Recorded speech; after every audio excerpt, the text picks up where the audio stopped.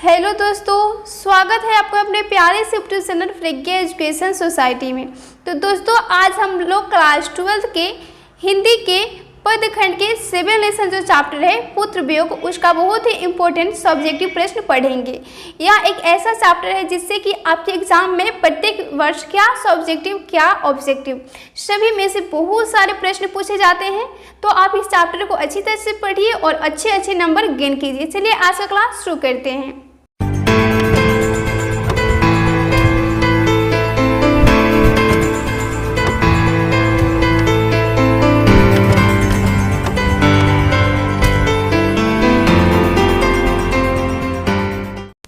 First प्रश्न क्या है, कवित्री का खिलौना क्या है।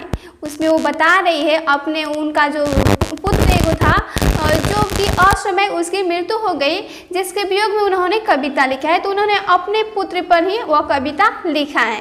तो इसमें पूछा जा रहा है, क्वेश्चन किया है कि कवित्री का खिलौना क्या है, पूछा जा रहा है। तो कवित्री का खिलौना क्या, उसका जो पुत्र है उसको खिलौना बोल रही है। चलिए इसका आंसर बताती हूँ। देखिए आंसर क्या होगा, कवित्री का खिलौना उसका बेटा है, यानी जो उसका बेटा था वह है जिसकी मृत्यु हो गई है। कवित्री का खिलौना उसका बेटा है।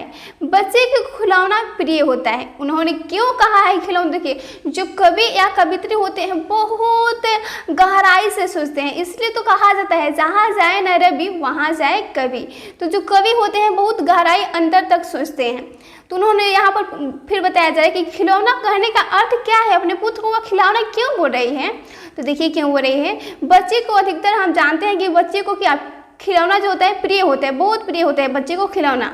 वह उनकी सर्वोत्तम प्रिय वस्तु होती है। खिलौना ही बच्चों की मतलब प्रियतम वस्तु होती है। जब वे छोटे रहते हैं तो खिलौना को ही मतलब बहुत उनमें उनको आनंद आता है खिलौना में। उसी प्रकार कवित्री के लिए उसका बेटा है। देखिए एक माँ के लिए अपना बेटा जो अपना बच्चा होता है वह खिलौना की भांति होते बहुत प्रिय होता है। बता रही है कि उसी प्रकार जो कवित्री का बेटा है खिलौने की भांति वो है। उसके जीवन का सर्वोत्तम उपहार है कौन, तो उनका लड़का। जिस तरह एक बच्चा को खिलौना प्रिय होता है, ठीक उसी तरह एक माँ को अपना बच्चा भी प्रिय होता है।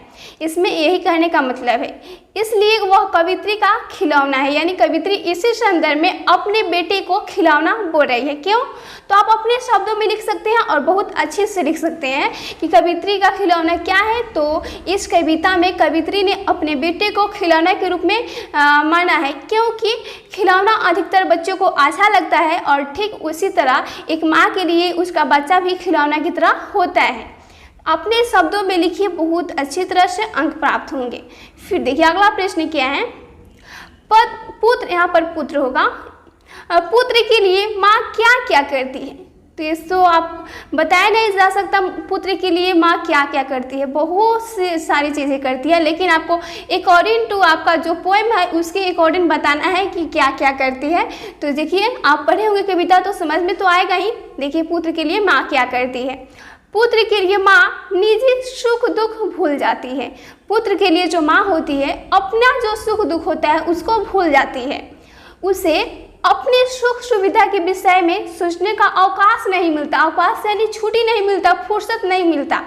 जब किसी औरत को उसका बच्चा होता है तो वह बच्चे के बारे में ही सोचती रहती है, उसके सुख दुख में अपना सुख दुख सभी भुला जाती है। वह उसके स्वास्थ्य एवं सुरक्षा का पूरा ध्यान रखती है। कौन, तो माँ। वह बच्चे की स्वास्थ्य एवं सुरक्षा का पूरा ध्यान रखती है।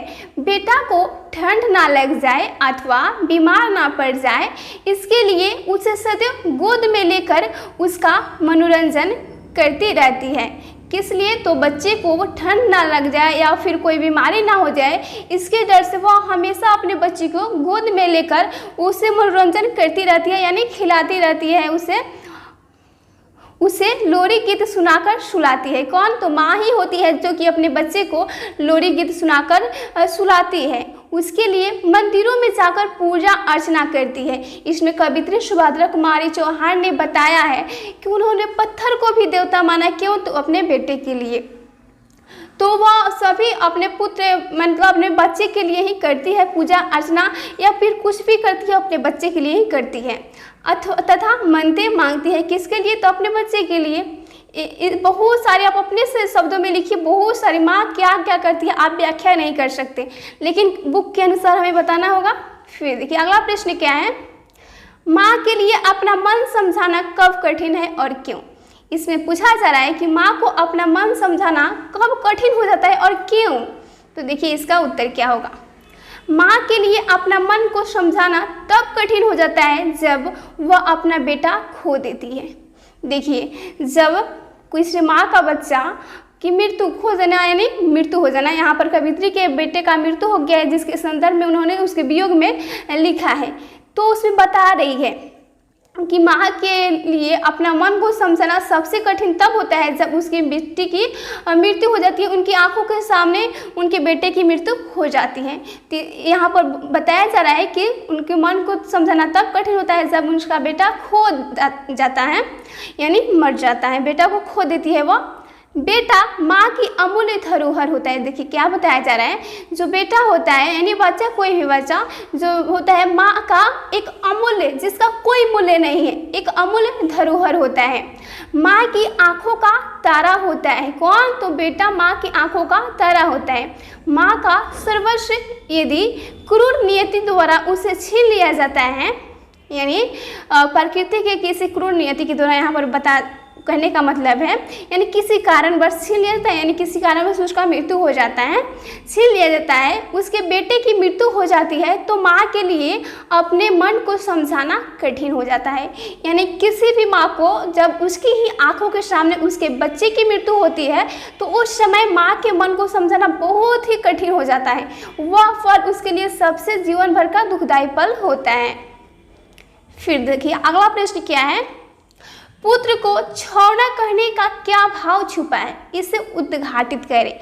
इस कविता में, पुत्र वियोग कविता में, कवित्री सुभद्रा कुमारी चौहान ने अपने पुत्र को छौना कहा है। तो छौना के पीछे उन्होंने क्या भाव छुपाया है, छौना क्यों कहा है, चलिए मैं बताती हूँ। देखिए क्यों कहा है। छौना का अर्थ होता है हिरण आदि पशुओं का बच्चा, यानी जो छौना होता है ना, तो जो हिरण का छोटा छोटा जो बच्चा होता है उसको बोला जाता है छौना।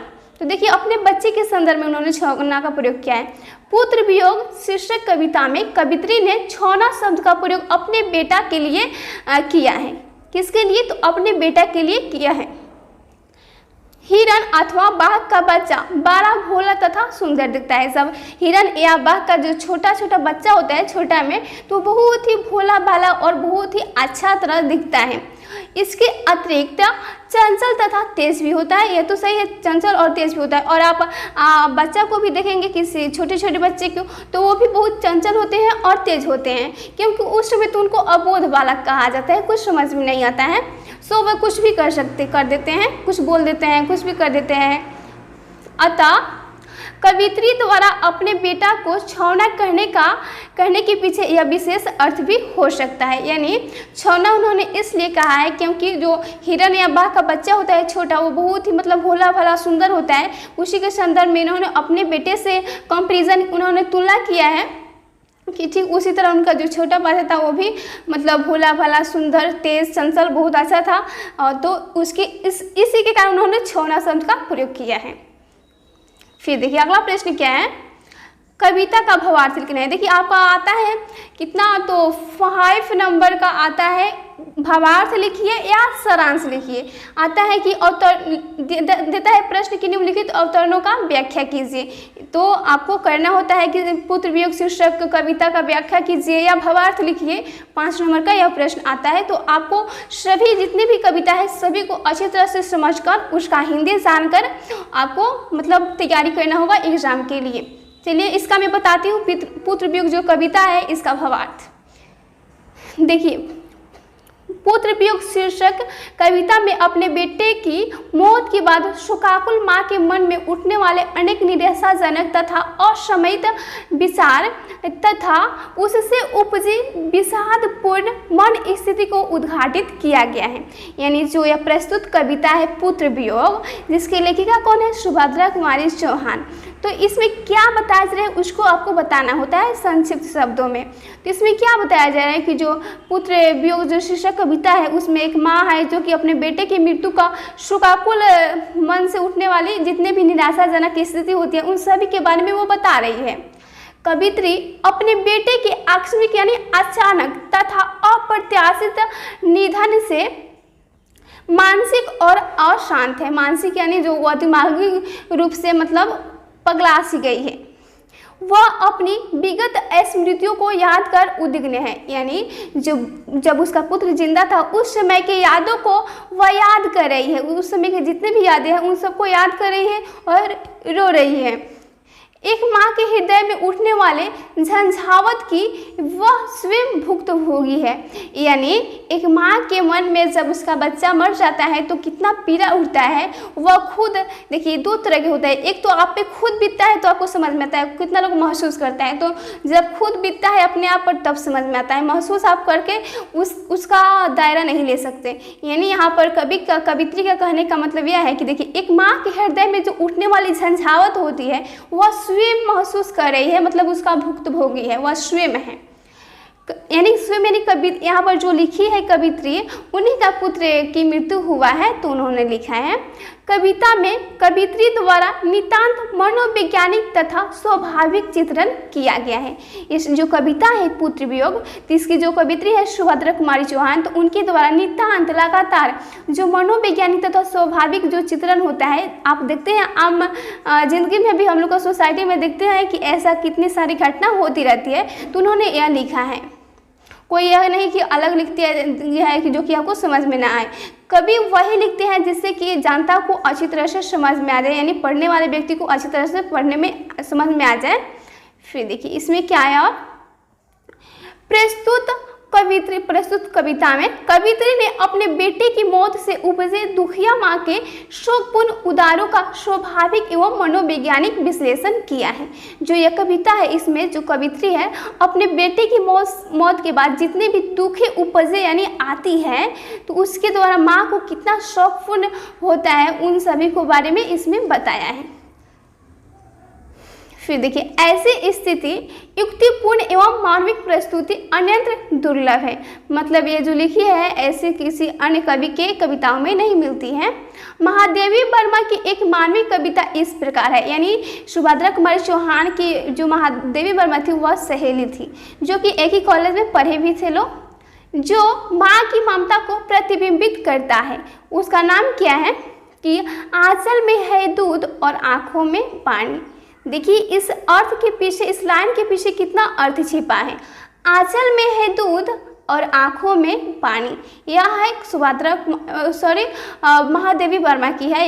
यह जो कविता की लाइन है, आँखों में है दूध और आंचल में है दूध और आँखों में पानी, यह आपका महादेवी वर्मा की है।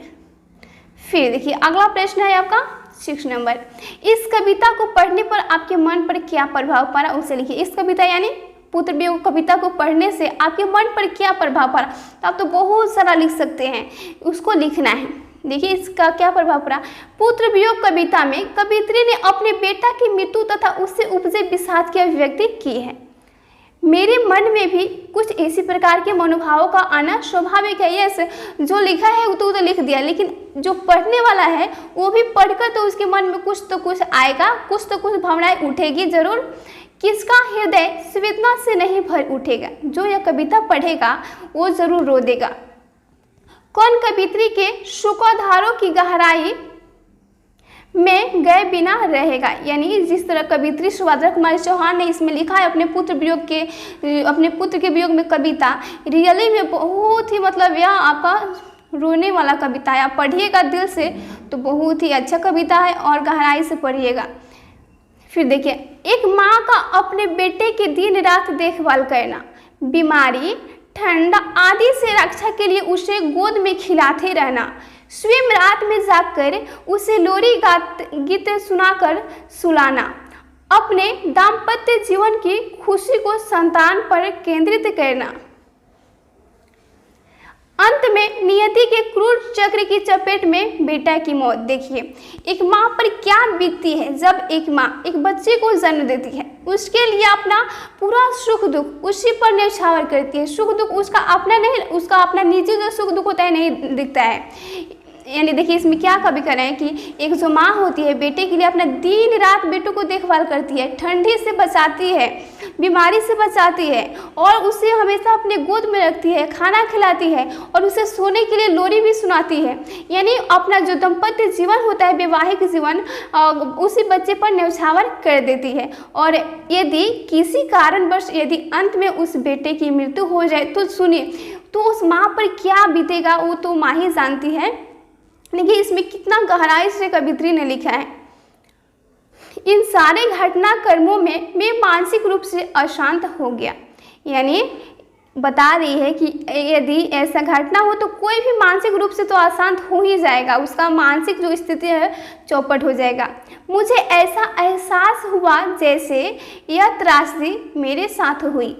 कविता में कवित्री ने अपने संपूर्ण संवेदना को उड़ेल दिया है। यानी जो कविता है पुत्र वियोग, इसमें कवित्री के जितने ही शोकाकुल जो दुख है उन सभी को इसमें उन्होंने लिख दिया है। मन में करुणा उमड़ पड़ी तथा असह्य दर्द की अनुभूति होती है। असह्य जिसको कि हम सह नहीं सकते हैं, कुछ मन की पीड़ा ऐसी होती है जिसे कि सहा नहीं जाता। ऐसा नहीं कि कोई बाहरी चोट ही आपको चोट दे सकता है, लेकिन कुछ ऐसी पीड़ा होती है जिसे कि आप सह नहीं सकते। फिर देखिए इस तरह से आप लिख सकते हैं। सभी अपने वर्ड में लिखिए, अपनी भाषा में जितना लिखिएगा वो उतना ही अच्छा आपको दिखेगा। याद कर कीजिए मत, सिर्फ समझिए और लिखने का कोशिश कीजिए। एक प्रश्न को बार बार लिखिएगा, अच्छा आपका आंसर बनेगा उस प्रश्न का।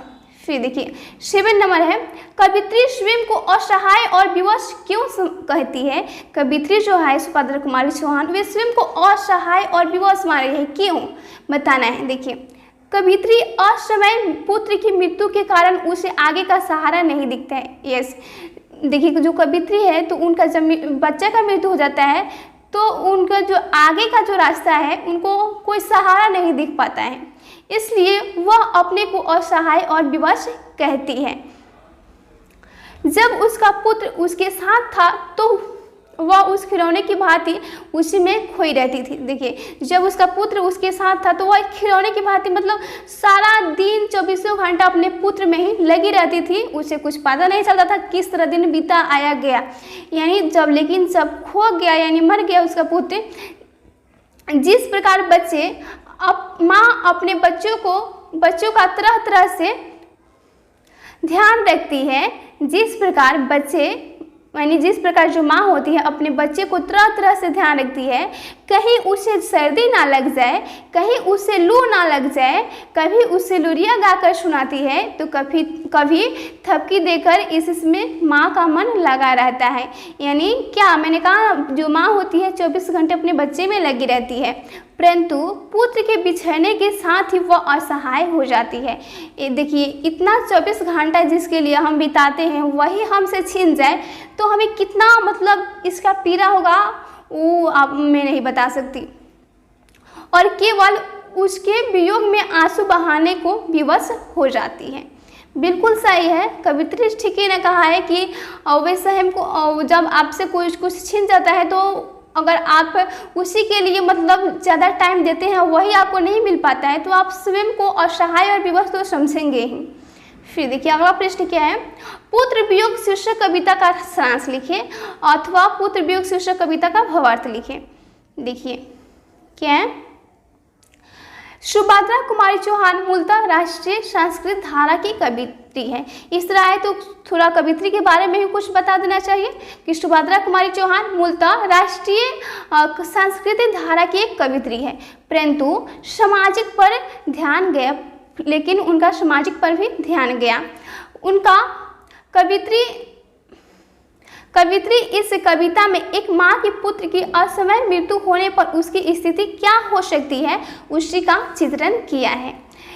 इस कविता में उन्होंने चित्रण किया है। कवित्री कहती है कि आज पूरा विश्व संसार हंस रहा है। जिस दिन उनका पुत्र मारा उस दिन का उन्होंने बात कर रही है कि उस दिन पूरा विश्व पूरा संसार हंस रहा है। सभी और खुशी की लहर है, परंतु इस विश्व में सिर्फ एक मैं दुखी हूँ जो मेरा खिलौना खो गया है। खिलौना यहाँ पुत्र के प्रतीक के रूप में आया है। खिलौना किसके लिए आया है? तो पुत्र के प्रतीक के रूप में। एक बच्चे के लिए सबसे प्यारी वस्तु उसका खिलौना होता है। यदि उसका खिलौना खो जाता है तो वह दुखी हो जाता है, परंतु जैसे ही मिलता है खुशी का ठिकाना न रहता है। उसी तरह एक माँ के लिए पुत्र खिलौना की भांति ही तो होता है। माँ जिधर से आती है बच्चों को पुचकारती है, यानी खिलाती है, उसे हंसाती है, आती है। बच्चा उसकी ज़िंदगी का एक अहम हिस्सा हो जाता है। वह एक पल भी उसके बिना रह नहीं सकती। माँ अपने पुत्र को कहीं जाने नहीं देती है, इसलिए कि उसे कहीं सर्दी ना लग जाए। अतः आंचल की ओट में अपने गोद में आंचल के ओट में गोद से नहीं उतारती है और अपने आंचल के ओट में ही रखती है। पुत्र जैसे ही माँ पुकारा कि माँ सब काम छोड़ते हुए दौड़ी चली आई।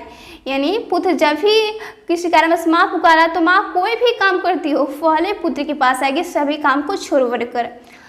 ये पंक्तियाँ माँ का पुत्र के प्रति एक प्रगाढ़ प्रेम को दर्शाती है। जो ये पंक्तियाँ हैं जो कि एक पुत्र और माँ के प्रति जो प्रेम होता है उसे दर्शाती है, अगाध प्रेम।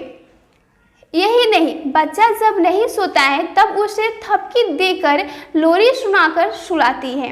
अपने पुत्र के मुख पर मलिनता देखकर रात भर जागकर बिताती है। कौन? तो माँ। ये सभी एक माँ ही है जो करती है। माँ अपने पुत्र की खुशी या उसे पाने के लिए क्या क्या नहीं करती। जो माँ होती है एक अपने पुत्र की खुशी के लिए पता नहीं क्या क्या नहीं करती।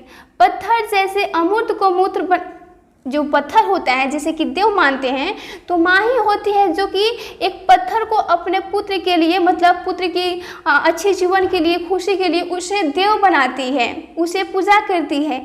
कहीं नारियल बतासे और कहीं दूध चढ़ाकर वह शीश नवाती है, यानी सिर झुकाकर उन्हें प्रणाम करती है। फिर इतना करने के बावजूद उसका पुत्र छीन ही जाता है। इसमें कवित्री माँ सुभद्रा कुमारी चौहान बोलती है, मतलब पत्थर को भी देव बनाया, कहीं नारियल तो कहीं बतासे, कहीं दूध चढ़ाकर शीश नवाया। इतना करने के बावजूद भी उसका पुत्र छीन जाता है, यानी यह प्रकृति का नियम है, छीन जाता है, इसलिए वह असहाय हो जाती है। उसके प्राण जो है व्याकुल हो जाते हैं। फिर देखिए क्या है, उसकी शांति छिन जाती है। वह सोचती है कि मैंने अनमोल धन खो दिया है। बिल्कुल वो अनमोल धन खो दी है और फिर इसे मैं नहीं पा सकती। इस कारण माँ का जीवन जो है सुना सुना सा हो गया है। पुत्र की याद में रोते रहना नियति बन गई है। किसकी? तो माँ की। देखिए इसमें उन्होंने यह भी कहा है कि माँ जो होती है कभी अपने पुत्र को नहीं भुला सकती। भाई बहन यहाँ तक कि पिता भी भुला सकते हैं, लेकिन माँ अपने पुत्र को कभी नहीं भुला सकती है। उसे जीवन नीरस लगने लगता है। उसे लगता है कि काश एक बार भी यदि वह पुनः मिलता कहीं, मतलब कहीं से वह पुनः एक बार कहीं से मिल जाता। अतः कवित्री कहती है कि बेटा खोकर मन को समझाना बड़ा कठिन है। भाई बहन पिता सब भूल सकते हैं तुम्हें, परंतु रात दिन की साथी माँ तुम्हें कैसे भूल सकती है। देखिए कवित्री बोलती है कि भाई बहन पिता दादा दादी सभी कोई भूल सकते हैं, लेकिन जो रात दिन यानी 24 घंटा की जो साथी है माँ, वो अपने बेटे को कभी नहीं भूल सकती है। तो फ्रेंड्स इस तरह से यह कविता का जो प्रश्न था सभी समाप्त हुआ। आप इस जितने भी प्रश्न हैं अपने शब्दों में लिखने की कोशिश कीजिए। जितना ज़्यादा लिखेंगे उतने अच्छा से आपका अच्छी नंबर भी गेन करेंगे। तो चलिए मिलते हैं अगले वीडियो में, तब तक के लिए जय हिंद जय भारत।